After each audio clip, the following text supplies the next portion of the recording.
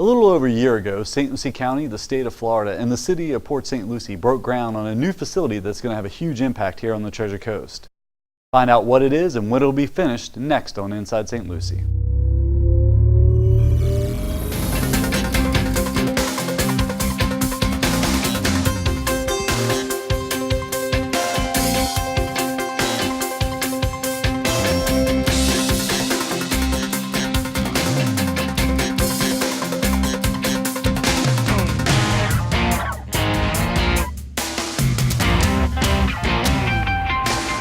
Hello and welcome to this edition of Inside St. Lucie, SLC-TV's monthly government affairs show. I'm your host Eric Gill, St. Lucie County Communications Division Director, and on today's show we're getting an update on the RDR Copus Veterans Nursing Home being built in Tradition, as well as some services that are available for the county's Veterans Affairs Division.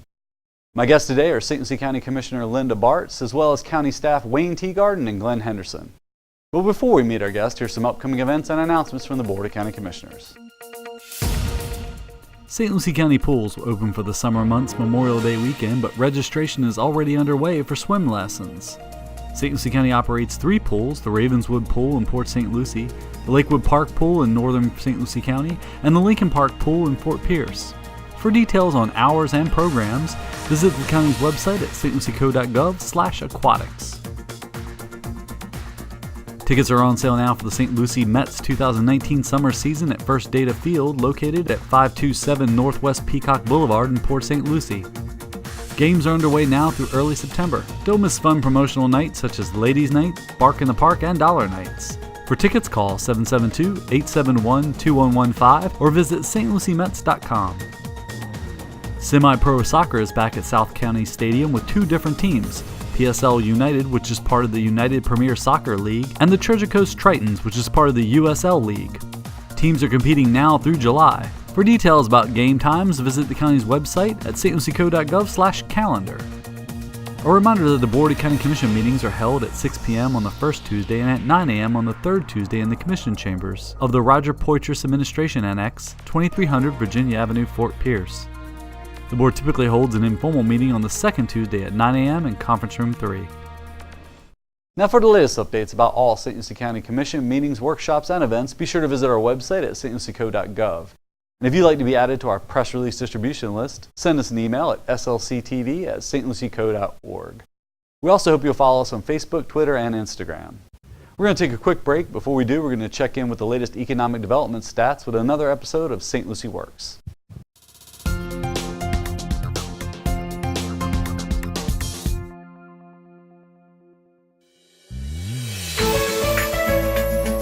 For the third consecutive month, St. Lucie County's bed tax revenue experienced a slight decrease. January's figures were 0.5% behind last year's record-setting month.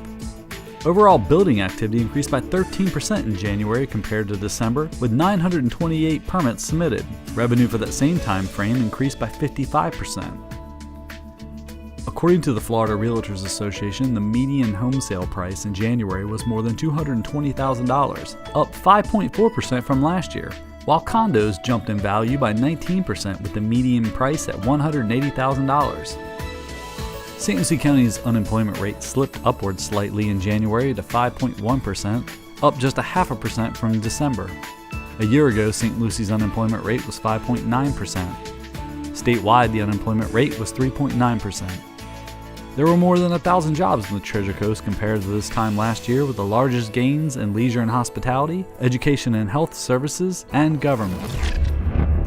If you work for a local business looking for skilled or trained labor, be sure to contact the staff at CareerSource, as they can assist your company with its recruitment and training needs. And if you're an individual looking for a job, they can help you as well. Visit the CareerSource online at careersourcerc.com or call 1-855-4U2HIRE. St. Lucie County has had a long history in the boat building business dating back to the early 1900s. Technology and innovation has come a long way from those wooden skiffs which were handcrafted on Moores Creek. St. Lucie County's economic development team wants to make sure that manufacturing tradition stays afloat and continues to chart new waters. In recent years, the county has helped guided expansions or relocations for companies such as Maverick Boats and Tattoo Yachts. The most recent expansion under consideration comes from Pursuit Boats, which is located across from the Treasure Coast International Airport on St. Lucie Boulevard. The company's first line of fishing boats were introduced in 1977. From there, it didn't take long for popularity and demand for this line to grow, leading to the construction of a roughly 75,000 square foot manufacturing facility built in 1983 right here in St. Lucie County. Over the past 4 decades, Pursuit has grown their boat line, manufacturing facility, and team of designers, fabricators, and other craftsmen, bringing the total square footage associated with this marine manufacturing facility up to roughly 213,311 square feet. In 2018, Pursuit Boats was acquired by Malibu Boats. Thanks to this new relationship and market demand, Pursuit is once again looking to expand its current St. Lucie County facility. The proposal seeks to develop roughly 570,000 square feet of additional manufacturing space via 3 manufacturing and support operation complexes. The first phase of expansion, slated to begin this summer, includes a 182,115 square foot facility. At full build-out, Pursuit plans to increase its St. Lucie County footprint to nearly 100 acres and 773,000 square feet of manufacturing, operations, and support space.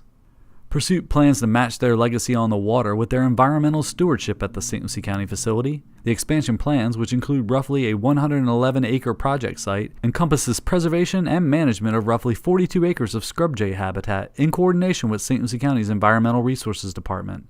The plan seeks preservation of a 32-acre parcel, 28% of the site, to be donated to St. Lucie County, meeting the project alternative tree mitigation requirements and advancing Pursuit's objective of preserving habitat for threatened and endangered species.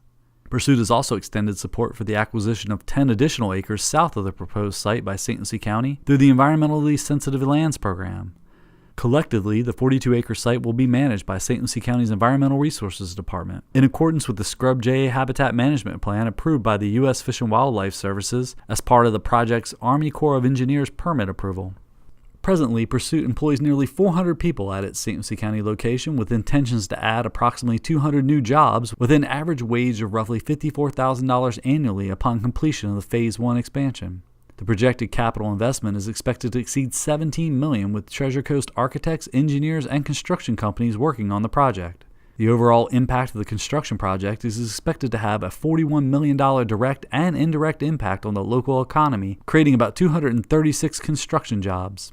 St. Lucie County's staff and members of the Economic Development Council work closely with Pursuit and its design team to find solutions to expedite this project, including the Planning and Development Services staff assisting with site plan submittals, to the Economic Development Council creating job growth incentive grants and tax abatement incentives, to the Environmental Resources staff finding ways to protect critical habitat for the endangered Florida scrub jay. From start to finish, this site plan was brought to staff and submitted to the Board of County Commissioners in roughly 6 weeks' time. Be sure to tune in again and see how St. Lucie works.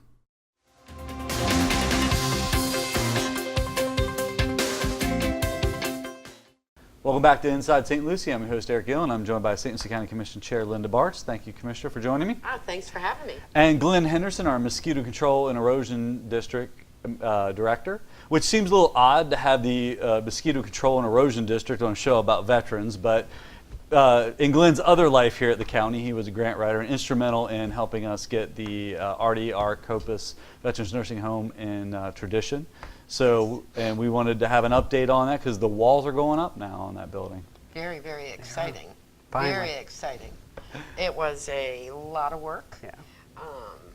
Commissioner Hutchinson was a major player in that. I remember her coming to us at the city, and we were all working together. So I think it's about time. It seems, yeah, you mentioned that, I think it was like 3 years ago now, or almost, that we went through that process. We were one of 7 sites around the state that they were looking at, and Glenn, if I remember correctly, we weren't number 1 on the list. We had No. the first draft, we had to work our way up there. We were actually, I believe, like number 8 out of 9. Yeah.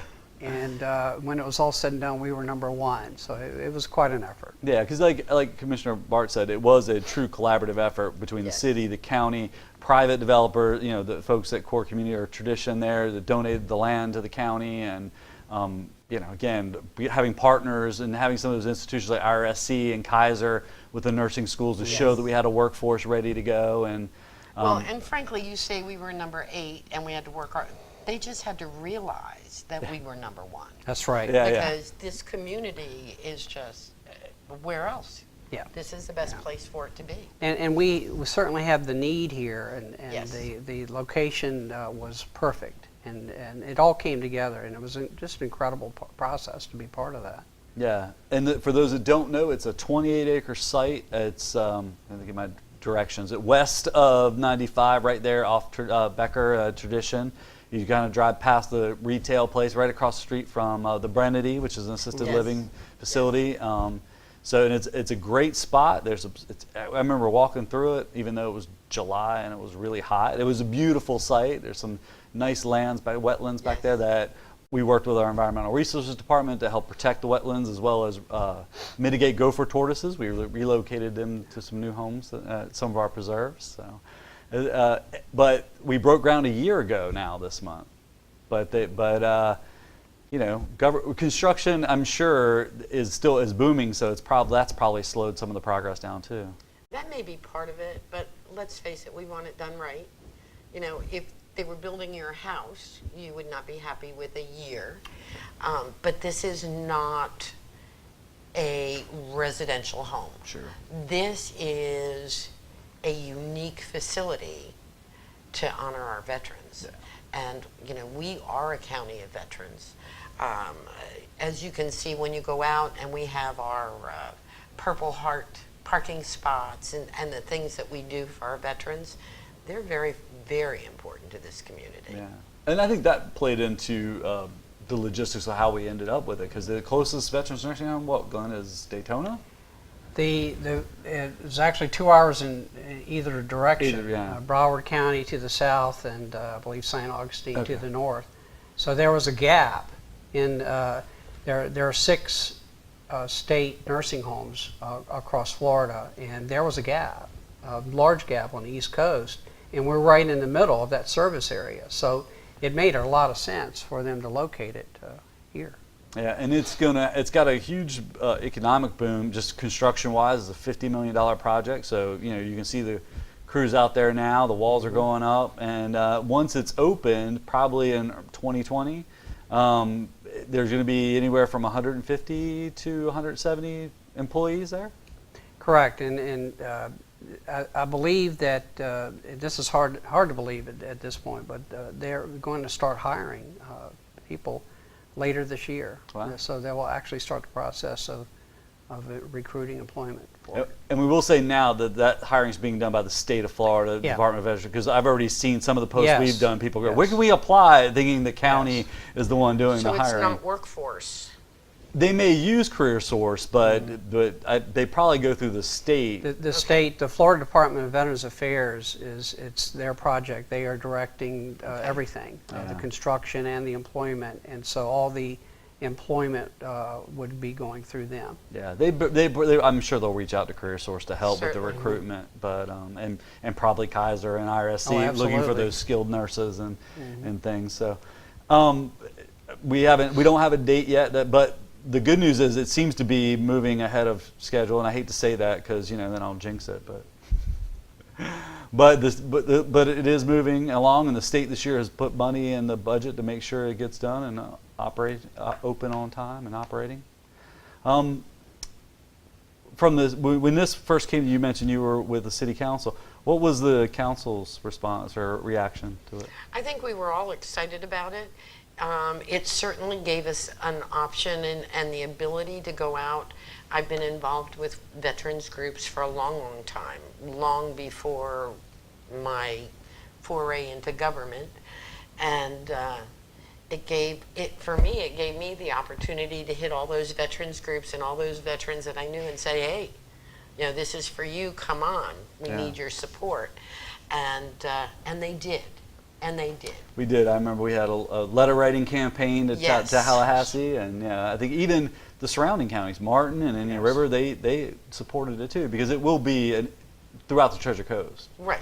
Yeah. And we will have veterans from all over, so we need to all work together. Okay. This is going to be a great, great, great thing for our county. And I think it even has the impact of creating revenue for tourism, because if you have relatives staying there, some additional hotels are coming up in the Tradition area as well. So family that wants to come visit. So it has a huge potential for St. Lucie County, and we'll keep the public posted on as the progress moves along. I know we've gotten the drone up to get some shots of it. We've had some bad weather this week to try and get it up. It's a little bit windy, but we'll get back out there. I know you will. I know you will. It's exciting. I'm really happy to see this moving along. Absolutely. And if people have questions or want information about jobs, like Glenn said, it's the Department of Veteran Affairs website. They can go online and look and check the progress and when they're doing that hiring. And any other updates that we want to provide on that? What I do want to say to you, Glenn, is thank you, because I knew that you were a major force pushing this, and many times we don't get the ability or the time or whatever to show our appreciation. But I want to tell you thank you. We knew you were there. We knew what you were doing, and it was much appreciated. And now as we go forward, I think about it all the time. So thank you. Well, I appreciate that. I do want to emphasize, though, that I was part of a team. I know that. And we had a large group here at the county, including a Veteran Services office and Wayne Teagarden. Of course, you mentioned Franny Hutchinson, who spearheaded a lot, Yes. Especially in terms of the political side of this. Absolutely. And then Dan McIntyre, our county attorney, who was also instrumental in getting it done. And I certainly understand that you didn't do it alone. And I appreciate everybody that was involved in that. So I get the teamwork, and I get the fact that, it was you and your team that brought the communities together and worked so hard, and because it benefits all of us. Thank you. Yeah. And speaking of Wayne Teagarden, we're going to have him on next to talk a little bit about the Veteran Services Department and Good. Division and what they do. So, Commissioner, you going to stick around? I will if you want me to. I do. And Glenn, we'll switch. Thanks for stopping in, and we'll switch seats with Wayne. And don't go anywhere. We'll be right back. Welcome back to Inside St. Lucie. I'm your host, Eric Gill, and I'm joined by, once again, St. Lucie County Commission Chair Linda Bartz. Thank you for coming back, sticking around with us. And Wayne Teagarden, our Veteran Services Manager for St. Lucie County. I always call it Veterans Affairs. Is it Veteran Affairs, Veteran Services? Veteran Services. Okay, sorry. Yeah. Well, it used to be Veteran Affairs? No. No? The state's Veteran Affairs. That's Yes, why I get that's- confused. Yeah, that's the correct. government All right. is. Right. All right. Yeah. So for those that don't know what Veterans Services does here in St. Lucie County, give us a brief overview. Our primary function is to file claims for veterans and their families, and that can be all kinds of claims, whether it's medical, pension, educational, burial, all different kinds of services like that. So And I know it's in the a pretty past- wide. In the past, you even helped people get medals of honor that they have, should have deserved or gotten years ago. Yes, it's not something we do a lot of, but Sure. we've processed several in the last couple months. Not necessarily medals of honor, but like Purple Hearts and things that they should have gotten back when they were in service, and somehow it got missed. And we'll help build the documentation and file the claim for them, try to get it processed through. And we work with our congressional delegations they have a little more reach and access to Department of Defense than I do. So we work with them to help push the process along. Yeah. So, But it helps too because you're a veteran yourself. correct. Yeah? Navy? Army. Army. I thought I've seen you like submarine stuff. No? Scuba Scuba dive, right? Well, a deep sea diver. Okay. And a lot of times people then automatically put me in the Navy. Yeah. But the Army had deep sea divers, and of course that's when I was on active duty. That's what I did on active duty. So. Okay. Look at that. I learned something. I was a I always Navy thought he was brat. Navy. Were you Navy brat too? I was a Navy Okay. brat. My dad was in the Navy, and I just recently found out he passed when I was 9. He was actually stationed on the Oriskany, which was the first active duty ship that became an artificial reef, and it's up in the Panhandle. Wow. Yeah. And it's the ship that McCain was left from when he shot down in Vietnam. So I need to do some more research. Maybe you guys can help me out to see if he was actually on the ship at the same time as Yeah. McCain. That'd be kind of cool. But that's part of my dive. So one of my bucket lists. I want to go dive and see if I can find Bill Gill was here written on one of the walls somewhere. Or take something down there and write it down there yourself. Just right. That's Right, true. right. I'll take a Yeah. Sharpie with me. Yeah. But yeah, so one of the other programs though, not enough about our military backgrounds, but one of the programs you guys do, and I see the vans here all the time, is you guys provide transportation of veterans down to the VA hospital, and that's almost daily, right? That's correct. We run 2 vans every day. One leaves from Fort Pierce, and the other one leaves from St. Lucie West. here at this building. And yeah, so it's a free service. It's no cost to the veterans. And we transport roughly around, I want to say like 700, 500 to 700 veterans a month. Wow. Down there to the hospital. Yeah. It's a lot. Yeah. And a new program too you guys started this year was Wheelchairs for Warriors, right? Yes, we started that actually about 3 years ago. Oh, okay. But it took a little while to build because it started out with, I got a telephone call from a lady that was in a nursing facility with her husband, and her husband was a veteran and he was pretty much wheelchair bound.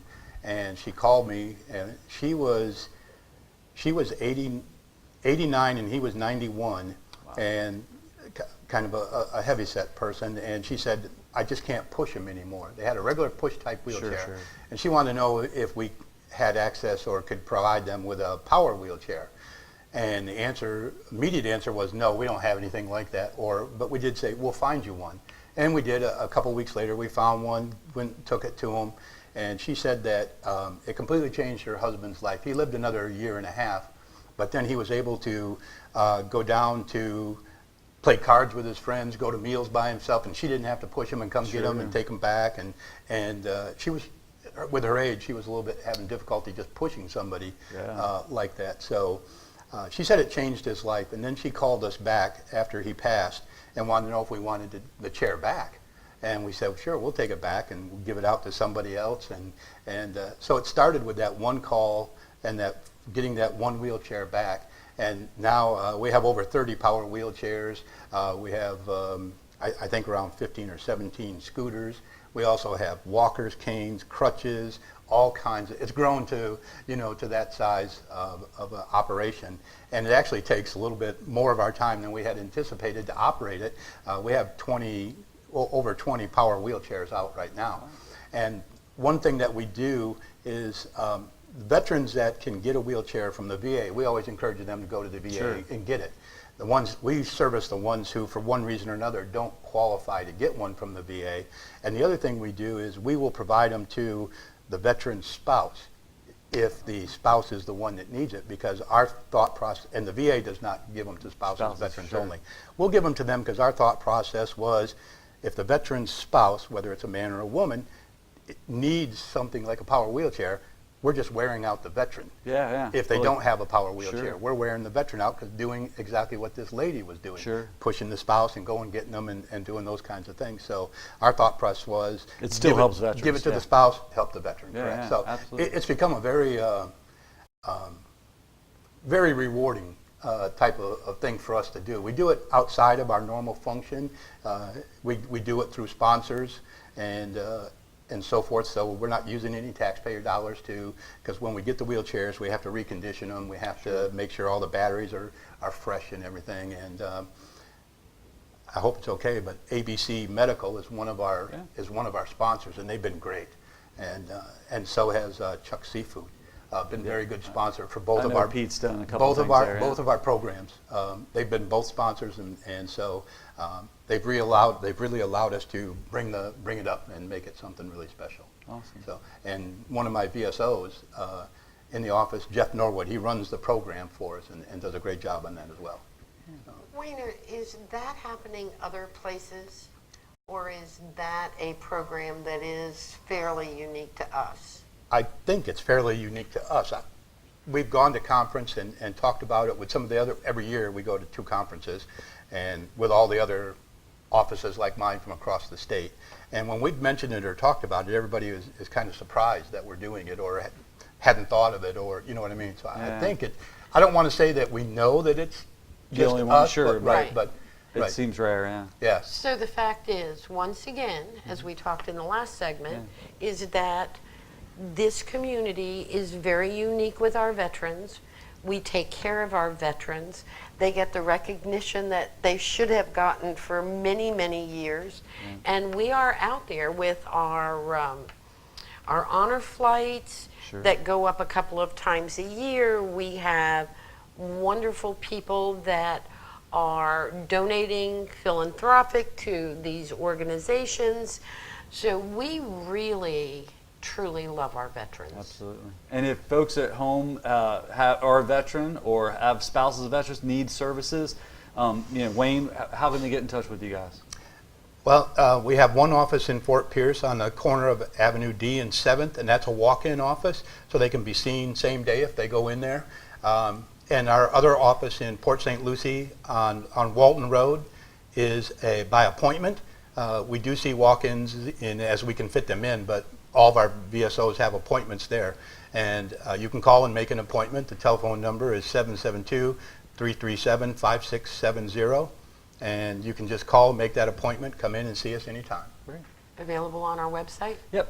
I don't think they do appointments on the website, but yeah, we have Right. pages for veterans with the schedules and information about all that. And I know you mentioned community groups. I know the Church of Christ wood carvers have done great things, Yes. like giving veterans canes, and he even started a veterans court program a couple years ago too, to help veterans that may have gotten in trouble. Yes, and it's going very, very well. Yeah. So, it's another one of those unique things to our area that we are trying to work with people, because obviously, along with Veterans Court, we have mental health court and we have drug court. Yeah, and sometimes those things go hand in hand. A lot of the veterans with the Absolutely. PST.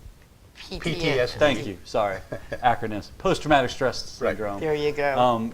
End up with issues, either drugs Yes. or and it doesn't do anybody good. Like there was a recent article in TC Palm about the 30th drug court graduation. And Yes. it doesn't make sense to lock these people up because they don't have the mental health facilities at Rock Road, even though they're probably the largest mental health provider in They the are. county, Absolutely. as the sheriff's office tells us. But I sit on the panel for Veterans Court and advisory panel with the judge, and every Veterans Court we have twice a month. We sit and review the cases with the judge before actually court starts. So we staff the cases with the judge, and then we have Veterans Court. It's not a unique. It's spreading to a lot of different areas now. I don't know how early ours was in the process, but we were fairly new, or at the beginning of it when it was starting to come around, and it's a very successful program. It is great for the veterans, if they successfully complete. It's a great and rewarding program for them. So it is. I hope they keep it going and everything else. So Yeah. We have a wonderful judge too, by the way, who is a veteran as well. Judge Awesome. Belanger. Judge Belanger, and Awesome. he does a phenomenal job great. doing it. Yep. Well, we're running short on time. Is there anything we need to mention before we wrap up the show? No, No? I don't think so. I don't think so. Thank you, Wayne. Yeah. Yes, Thank you thank for you. all you do with Yeah. our veterans. Yes, You and bet. thank you for your service. Sorry I put you in the Absolutely. Navy and not the Army. Yeah. That's all right. Don't go anywhere. We're going to take a quick break. But before we do, we're going to check in with some progress that's being made thanks to the half-cent sales tax. Even before the first penny has come back to St. Lucie County from Tallahassee, the Public Works staff has already completed 11 of the 12 repaving projects on the proposed half-cent sales tax project list. Crews have resurfaced more than 7 miles of road, including Dar Lane, Glenview Avenue, South 7th Street, Canner Drive, North Boulevard, Atlantic Beach Boulevard, Marina Drive, Bermuda Beach Drive, Flotilla Terrace, Bimini Drive, San Diego Avenue, and Johnston Road. Work began January 2nd and is expected to be finalized by the end of April. These projects were completed under the county's continuing contract with Asphalt Paving Systems of Zephyr Hills, Florida. Several of these roadways were simple resurfacing, while others required full-depth reclamation.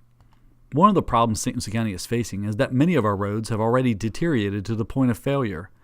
The roads that have required full-depth reclamation have already failed and consume a large portion of the funding we have dedicated to repaving. The county's 3-year sales tax plan dedicates about 1/3 of the annual revenue, or $3.5 million, to repaving. Staff has tried to provide a reasonable balance of funding to each of the various project categories: bridges, culverts, repaving, sidewalks, and stormwater.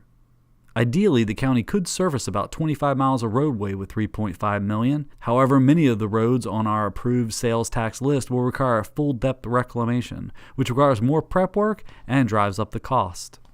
The total estimated cost for this first wave of repaving projects is expected to total $2.3 million. Additional work completed through the half-cent sales tax funding included the restriping of Indian River Drive. Keep tuning in to Project Update as we document the progress and completion of these projects over the next 10 years. We hope you've enjoyed this edition of Inside St. Lucie, and we hope you'll tune in again next month. If you have topics or subjects you'd like to see covered here on the program relating to St. Lucie County government, give us a call at 772-462-1791 or send us an email at slctv@stlucieco.org. And if you'd like to see previously aired episodes of this or other SLC TV programs, visit our YouTube page at youtube.com/stluciegov. I'm your host, Eric Gill, for myself and the staff. Thanks for watching.